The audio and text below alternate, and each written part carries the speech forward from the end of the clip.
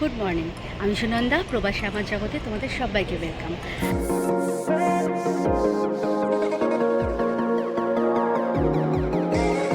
আজকে আমি কলকাতা থেকে আবার জার্মানি ব্যাক করছি। তো আজকে দিনটা হলো ডিসেম্বরের একদম শেষ দিন।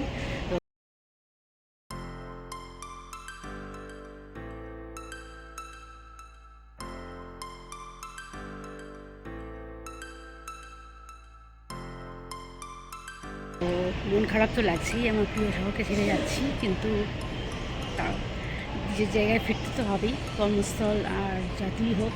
ফ্যামিলির কাছে এসেছিলাম, আমারও চোখের অপারেশন হয়েছে, দেখে তোমরা বুঝতেই পারছো। তো সেই জন্য আমি একটু টেনশনেও আছি, জানি না এটা কতটা কী হবে। আমাকে বলেছে বেশি 7 দিন আমাকে অন্তত খুব সাবধানে থাকতে হবে। তো বলেছে খুব কেয়ারফুলি, জল টল লাগানো যাবে না, প্লাস একটা অন্য দেশে যাচ্ছি, সেটা নিয়েও চিন্তায় আছি যে ওখানে ওরা এটাকে কিছু ইস্যু হলে ওরা এটাকে কীভাবে নেবে। যদিও আমাকে ডিসচার্জ সার্টিফিকেট দিয়ে দিয়েছে ডাক্তার, প্লাস সব কিছু আছে, তাও একটু চিন্তায় রয়েছি। তো প্রিয় শহর কলকাতাকে ছেড়ে যাচ্ছি, মন খারাপ লাগছে। থেকে সুন্দর লাগছে এই সূর্য, সকালবেলা এখন হবে সানরাইজ হচ্ছে, সানরাইজের জাস্ট একটু আগে আমার চেকিং হয়ে গেছে। এখন বসে আছি, বোর্ডিং পাস পেয়ে গেছি। তো এখনও কেউ আসেনি, আশেপাশে দেখছি ফাঁকাই, মানে আমার যে গেটটা এমিরেটসের, এখন কেউ আসেনি। তো চেকিং স্টার্ট হবে একটু পরে, বোর্ডিং এখনও স্টার্ট হয়নি। পাশে দেখো অন্য একটা ফ্লাইটে লোডিং হচ্ছে, লাগেজ লোড করছে এরা। তো এখানেও বোর্ডিং স্টার্ট হয়ে গেছে। তো আমাদের ফ্লাইটটা এখনও দেয়নি। এই পাশে বাদিকে দেখা যাচ্ছে লেফট সাইডে, এখানেই আমাদের ফ্লাইটটা দেবে, এটাই আমাদের গেট নাম্বার। তো এখনও লাগেজও লোড হয়নি, ওই জন্য লাগেজের গাড়িও আসেনি। ছেড়ে যাচ্ছি। এক মাসের পুরোপুরি ছিলাম বাড়িতে। মায়ের অপারেশন নিয়ে কীভাবে যে সময়টা কেটে গেল বুঝতেই পারছো, তোমরা হয়তো ব্লগগুলো দেখেছো। নিজেও বুঝতে পারিনি এত তাড়াতাড়ি দিনটা কেটে যাবে। হসপিটাল ঘর প্লাস আমারও অপারেশন হলো, তো গেছে অনেকদিন দৌড়াদৌড়ি চলেছে। তো খুব তাড়াতাড়ি এবার, মানে খুব হেক্টিক গেছে সময়টা এবার বলতে পারো। এসছি এবং আসতে না আসতেই দিনটা শেষ হয়ে গেল। আসার পর 2 দিন, মানে জেট ল্যাগ জিনিসটা এবার বুঝতেই পারিনি। আসার পর 2 দিন বা 3 দিন যে টায়ার্ডনেসটা থাকে, সেটার মধ্যেও আমি দৌড়ে গেছি মাকে নিয়ে। তো খারাপ তো লাগছেই। এখন মা একটু সুস্থ আছে, বাড়িতে এসছে, দেখে এলাম যে হ্যাঁ একটুখানি স্টেবল কন্ডিশনে রয়েছে, দেখে যাচ্ছি। মন খারাপ লাগছে, আবার চিন্তাও হচ্ছে আমার নিজের চোখটাকে নিয়ে, কারণ ওখানে গিয়ে এটাকে কীভাবে ওরা নেবে। অপারেশনটার পরে 7 দিন আমাকে খুব কেয়ারফুলি থাকতে বলেছে, জল লাগাতে না করেছে, মেডিসিনও রয়েছে তার সাথে, আর প্লাস ধুলোবাড়ি থেকে একটুখানি বলেছে কনসিয়াস থাকছে, সানগ্লাস পরে থাকতে বলেছে, বা হেভি লাইট থেকে একটুখানি থাকতে বলেছে, প্রোটেকশন নিতে বলেছে। তো দেখা যাক কেমন হয় জার্নিটা। এখন বাজে সকাল 6:30। আমি 5:30টার মধ্যে এয়ারপোর্ট পৌঁছে গিয়েছিলাম। আমার ইমিগ্রেশন থেকে শুরু করে ব্যাগও দিয়ে দিয়েছি, চেকিং হয়ে গেছে, চেকিং লাগেজটা দিয়ে দিয়েছি। তো হ্যান্ড লাগেজ রয়েছে আমার সাথে। কলকাতা এয়ারপোর্টে আমার সবথেকে এইটাই খারাপ লাগে যে ওরা হ্যান্ড লাগেজ নিয়ে একটুখানি প্রবলেম ক্রিয়েট করে। যেহেতু আমার পিঠের ব্যাগটায় ঠিক ল্যাপটপের সব রয়েছে, পিঠের ব্যাগটায় দেখেছি ল্যাপটপের জিনিসপত্র প্লাস আমার মেডিসিনস রয়েছে, তারপর ইলেকট্রনিক্স ডিভাইসেস সব রয়েছে। তার সাথে দেখেছে এইটা, দুটো মিলিয়ে হয়েছে 9 কেজি, 7 কেজি অ্যালাউ, ব্যাস সেই নিয়ে শুরু হয়ে গেছে প্রবলেম।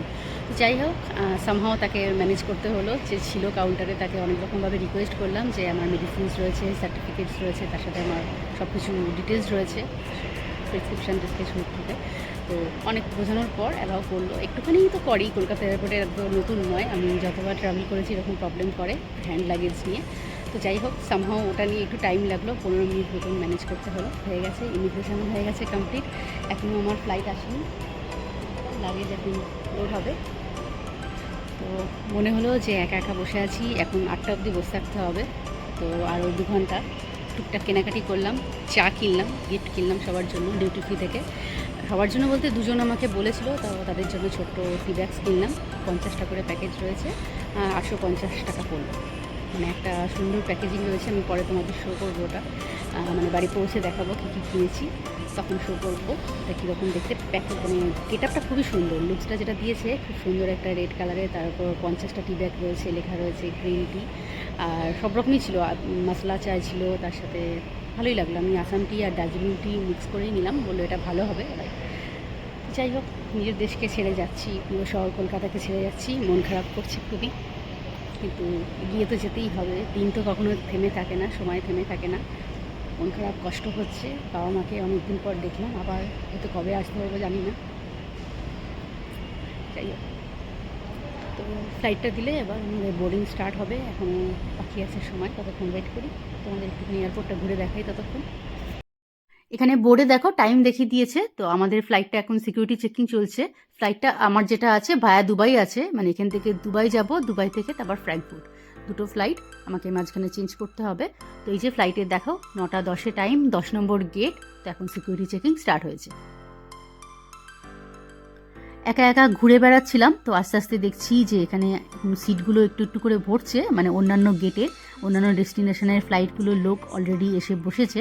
তো আমার ডুসেলডর্ফ দুর্গাপুজো দুটো ফ্যামিলির সাথে দেখা হলো, ভালোই লাগলো। এই দেখো দেবশ্রীদির সাথে দেখা হলো, মানে আমাদের ডুসেলডর্ফ দুর্গাপুজো গ্রুপের যে প্রেসিডেন্ট এমজে, তার ওয়াইফ। তোমরা হয়তো আগে কোনো ভিডিওতে দেখেছো, দুর্গাপুজোর ভিডিওতে। তো ভিডিও করার সময় পেলাম না, বোর্ডিং স্টার্ট হয়ে যাচ্ছে, ওরাও যাচ্ছে ভায়া দুবাই।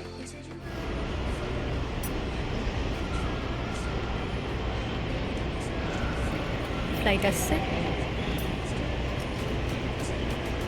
8টা থেকে বোর্ডিং স্টার্ট হবে, এখন বাজে 7:30। তো জাস্ট ফ্লাইটটা ঢুকছে।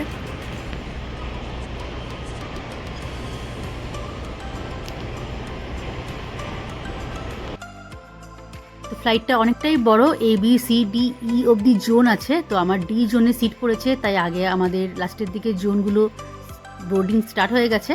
বিজনেস ক্লাসের বোর্ডিং হলো, তারপরেই আমাদের ডি আর ই কে ডাকলো। তো ফ্লাইটে আমরা উঠে যাচ্ছি আস্তে আস্তে। দেখো কি সুন্দর লাগছে, চারপাশটা বেশ আলো হয়ে গেছে।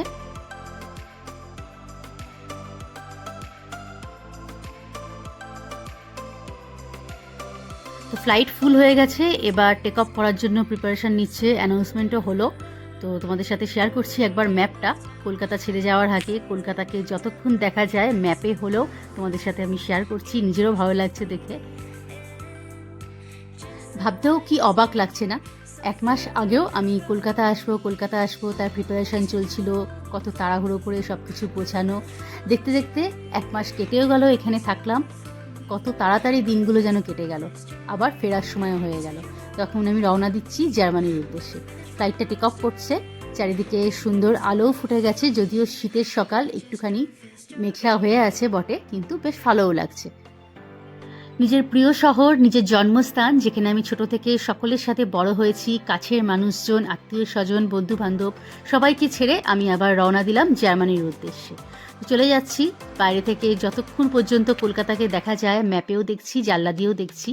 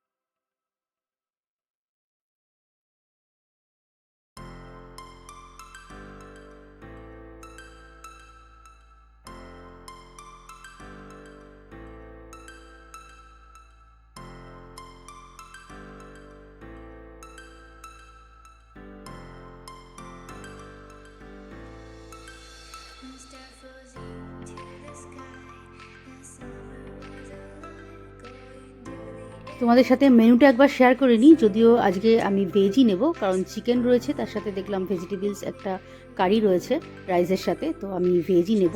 তো এই দেখো মেনুটা দিয়ে গেছে, রাইসটাও খুব সুন্দর, বেশ হালকার উপর, আর এখানে একটা ইয়োগার্ট টাইপের দিয়েছে, তার সাথে একটা ভেজ কারি রয়েছে, আর এখানে রয়েছে সেই কেক টাইপের যেটা মিষ্টিটা, খুব সুন্দর পিস্তা দেওয়া আছে, সাথে অ্যাজ ইউজুয়াল ব্রেড, তারপর বাটার, আরও যেগুলো থাকে চিজ, আচার, এগুলো তো রয়েইছে সাথে। তো তার সাথে দেখলাম নাটসও দিয়েছে কিছু, ফ্রায়েড নাটস যেগুলো হয় সেগুলো স্পেশাল দিয়েছে, এগুলো দুবাই স্পেশাল। চলো, সকালে তো খেয়ে বেরোতে পারিনি, জাস্ট দুটো বিস্কিটস খেয়ে বেরিয়েছিলাম চায়ের সাথে। তো অনেকক্ষণ হয়ে গেছে, টাইমটাও অনেকটা পেরিয়ে গেছে, এখন দুপুর 12টার কাছাকাছি প্রায় বাজে কলকাতার টাইম অনুযায়ী। তো খিদেও পেয়ে, ফ্লাইটটা ছাড়ার সময় 15 মিনিট লেট ছিল, তো এখনও লেটই আছে, ম্যানেজ করতে পারিনি, দুবাই পৌঁছতেও লেটই হচ্ছে। এই দেখো, দুবাইয়ের কাছে আমরা চলেই এসেছি, কিছুক্ষণের মধ্যেই ফ্লাইটটা ল্যান্ড করবে। তো যদিও নামার পর আমার হাতে 3 ঘন্টা সময় থাকবে, আমার অসুবিধে নেই আর একটা গেটে ট্রান্সফার নিতে। তো দেখি কোথায় টার্মিনালটা পড়ে নেক্সট ফ্লাইটের জন্য। ফ্লাইটটা যে রুট দিয়ে যাচ্ছে সেটা একবার তোমাদের দেখাই, এখানে ম্যাপে দেখাচ্ছে। তো মুম্বাই ছেড়ে দেখো এখন রওনা দিয়েছে দুবাইয়ের পথে, সমুদ্রের ওপর দিয়ে যাচ্ছে এখন। কাঁচের গায়ে দেখো কীরকম জলবিন্দুগুলো লেগে আছে বাইরে থেকে, ঠিক শিশির পড়ার মতন লাগছে দেখে। এখন জানি না এটা বৃষ্টি কিনা মেঘের থেকে এসছে, তো আমি এরকম প্রথম দেখলাম। বাইরেটা পুরো আবছা, কিচ্ছু দেখা যাচ্ছে না, অনেকটাই ওপরে আছি আমরা এখন।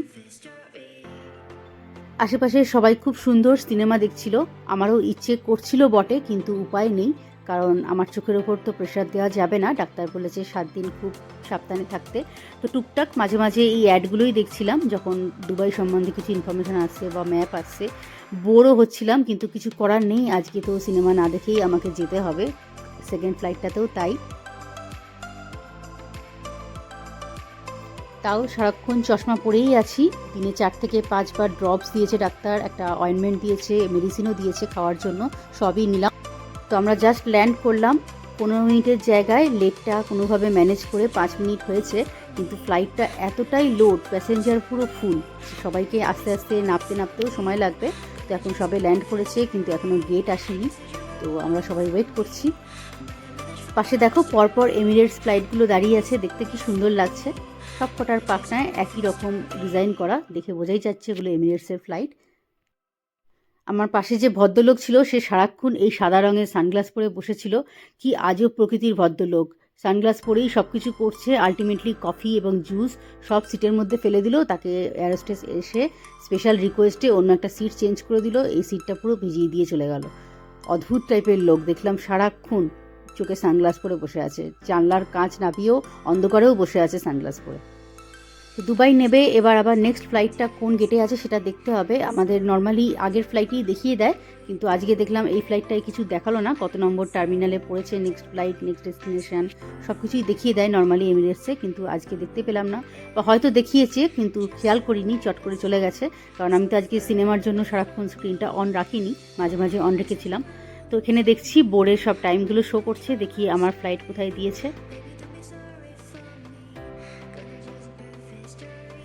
ওই যে দেখো দূরে 2 নম্বর বোর্ডটায় দেখা যাচ্ছে ফ্র্যাঙ্কফুর্টের ফ্লাইট দিয়েছে A13।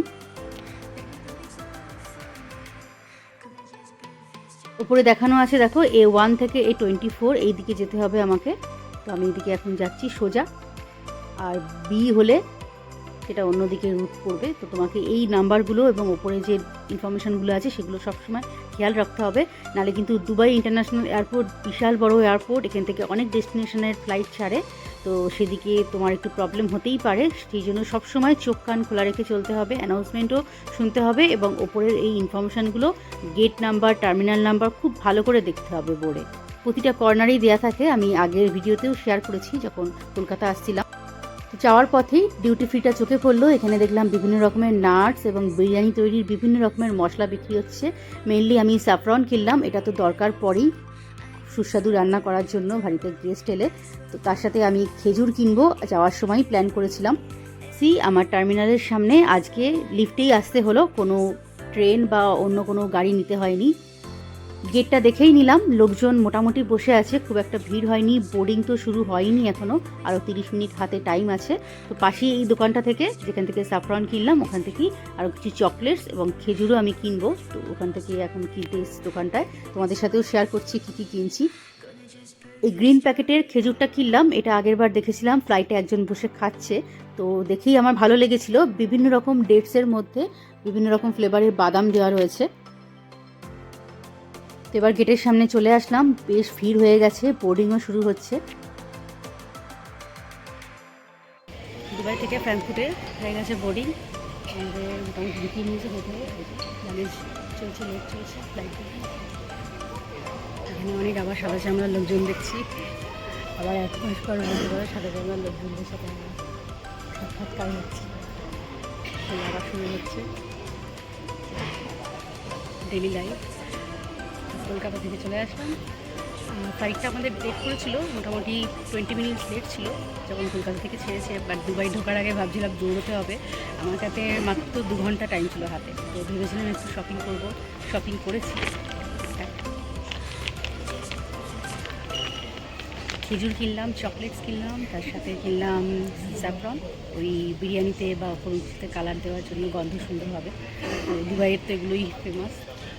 আরও কিছু টুকটাক জিনিস কিনলাম চকলেটের মতনই, ভেতরে নাটস দেওয়া বিভিন্ন রকমের। তো দেখা যাক, খেয়ে পরে জানাবো কেমন হলো অন্য একটা ভিডিওতে। তো তোমরা দেখতে থাকো ভিডিওটা। আমি পর ফ্লাইটে উঠবো, আর 1 ঘন্টা আমাকে ওয়েট করতে হবে। নিচে বসিয়ে দিয়েছে সবাইকে, এখন লাগেজ লোড হচ্ছে, তারপর আমাদের বোর্ডিং স্টার্ট হবে। তো দেখা যাক, 1 ঘন্টা ওয়েট করি। বাইরে রাখছি টাইম বাজে 2:20, 2:15তেই আমাদের চেকিং ছিল। সিকিউরিটি চেকিং তো আগেই হয়ে গেছে, ওখানে পাসপোর্ট, রেসিডেন্ট পারমিট সব কিছু দেখলো, দেখে এখন ওয়েট করছি 3টের সময় ঢোকা। এই ফ্লাইটটা তো প্রচুর লোক আগে বিজনেস ক্লাসদের ঢুকিয়ে দিল, তারপর নর্মাল ইকোনমি ক্লাসদের মধ্যে লাস্ট জোনের সবাইকে ঢোকাচ্ছে। অ্যাজ ইউজুয়াল এটা তো আমার ডি ছিল জোন। ফ্লাইটটা বেশ বড়, সামনের দিকে দেখলাম মাঝখানের রোটাতে 5টা করে সিট রয়েছে, আর জানলার দুপাশে 3টে 6টা। আমি যেহেতু ডানার পেছনে, তো এখানটা একটা সিট কম। দুবাইকে টাটা করে এবার আমরা রওনা দিচ্ছি ফ্রাঙ্কফুটের উদ্দেশ্যে। ফ্লাইটটা টেক অফ করছে, অন টাইমেই আছে, খুব সুন্দরভাবে সব কিছু লোড হয়ে গেল টাইমের মধ্যেই। সবাই খুব সুন্দর নিজের জায়গা নিয়ে নিয়েছে, কমফোর্টেবলি বসেও পড়েছে। সানি ওয়েদার, ভালোই লাগছে।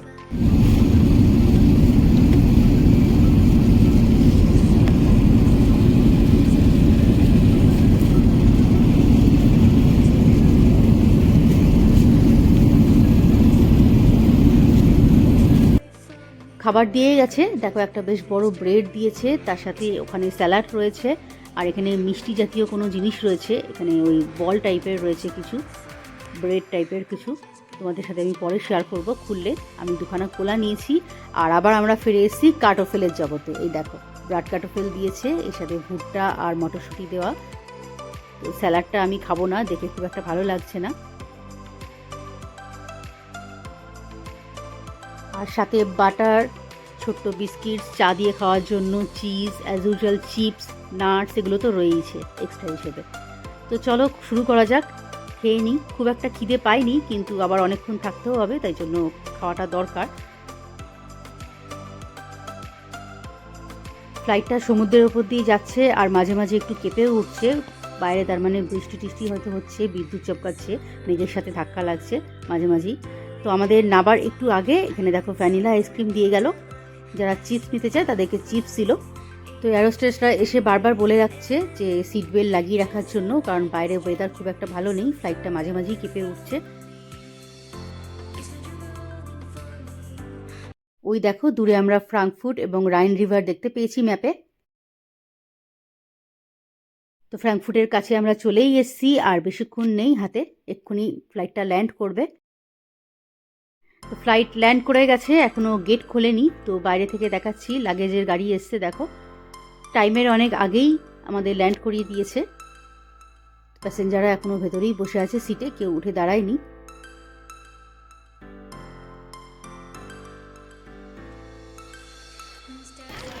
ফ্রাঙ্কফুট নামলাম, নেবে এখন ইমিগ্রেশন কমপ্লিট হলো।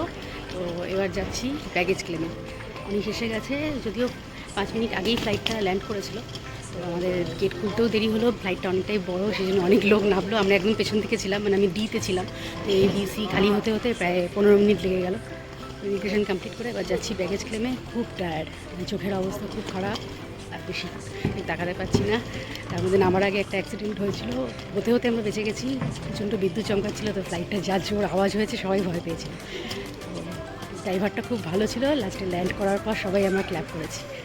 খুব সুন্দরভাবে ল্যান্ড করেছে ড্রাইভারটা, মানে বিদ্যুৎ চমকাচ্ছিল, ওপরে বৃষ্টি ছিল। তো যাই হোক, কোনোভাবে আমরা এবার বেঁচে গেছি। এখন আমি ব্যাগেজ ক্লেমে এসেছি। প্রথমে একটা বেল্টই চলছিল আমাদের জেনারেলের জন্য, আর একটা বেল্টে বিজনেস ক্লাস ছিল, কিন্তু এত লোক, প্রচুর লোক দেখে দুটো বেল্টেই আমাদের ইকোনমিকে দিয়ে দিই। আর একটা ইনফরমেশন, যদি ফ্র্যাঙ্কফুর্ট বা জার্মানির অন্যান্য এয়ারপোর্টে আসো তো অবশ্যই ওই ট্রলিগুলো যে হয় না, দেখাচ্ছি, বড় ট্রলিগুলোকে একসাথে নেওয়ার জন্য, তার জন্য 1 ইউরো করে ডিপোজিট করতে হয়। তো এটা আমি প্রথমবার এসে ফেসে গিয়েছিলাম, মানে প্রথম যখন আমি জার্মানিতে আসি তখন প্রবলেম ফেস করেছিলাম, কারণ আমার কাছে 1 ইউরো ছিল না, কিছুই ছিল না ইউরো। তো আমাকে একজন হেল্প করে ট্রলিগুলো বার করেছিল। তো ইনফরমেশনটা তোমাদের সাথে শেয়ার করলাম। তোমরা যদি জার্মানিতে আসো, অন্যান্য জায়গায় সব জায়গাতেই ফ্রি, আমাদের কলকাতায় তো ফ্রি, আমি জানি কোনো ট্রলির জন্য কিছু ডিপোজিট করতে হয় না, কিন্তু ফ্র্যাঙ্কফুর্টে করতে হয়, ডুসেলডর্ফেও করতে হয়। তো তোমরা এটা সবসময় খেয়াল রাখো, জার্মানিতে যদি ফ্লাইট ল্যান্ড করে তো 1 ইউরো সবসময় সাথে। তো আজকের ভিডিওটা আমি শেয়ার করলাম তোমাদের সাথে কলকাতা থেকে ফ্র্যাঙ্কফুর্টের আমার জার্নিটা কেমন ছিল তোমরা দেখে বলো। ভায়া দুবাই, যদিও সব ক্লিপস আমি নিতে পারিনি, তাও চেষ্টা করেছি যতটা সম্ভব ভিডিওস নেওয়ার। আসার সময় আমার দেখা হয়েছিল কলকাতায় আমাদের দুর্গাপুজো ডুসেলডর্ফের যে গ্রুপ, সেখানকার দুটো ফ্যামিলির সাথে, মানে দেবশ্রীতি, এমজে, ওদের সাথে, আর আরেকজন ছিল কৌশিক, তাদের ফ্যামিলি। তো ওরাও এলো, ওরা দুবাই অবধি এসে দুবাই থেকে ওরা চেঞ্জ করে ডুসেলডর্ফ গেলো, আমি এলাম ফ্র্যাঙ্কফুর্ট। তো যাই হোক, দেখা হয়েছিল, ভালোই হলো, একই জায়গার মানুষ দেখে কলকাতায় ভালোই লেগেছিলো, একসাথে ফিরছি। তোমরা ভিডিওটা দেখো, কেমন লাগলো শেষ অবধি দেখে জানিও। ভালো লাগলে প্লিজ একটা লাইক করে দিও, ফ্রেন্ডস ও ফ্যামিলির সাথে অ্যাজ ইউজুয়াল শেয়ার করতে ভুলো না। আর যদি তোমরা নতুন হয়ে থাকো আমার চ্যানেলটা প্লিজ একটু সাবস্ক্রাইব করে দিও। হচ্ছে তোমাদের সাথে নতুন আরেকটা ভিডিও নিই। Till then take care and bye by.